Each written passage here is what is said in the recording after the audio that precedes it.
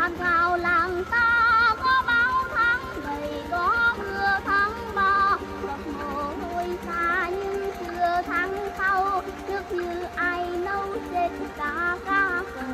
vua ngoi lên cờ mẹ em xuống cây.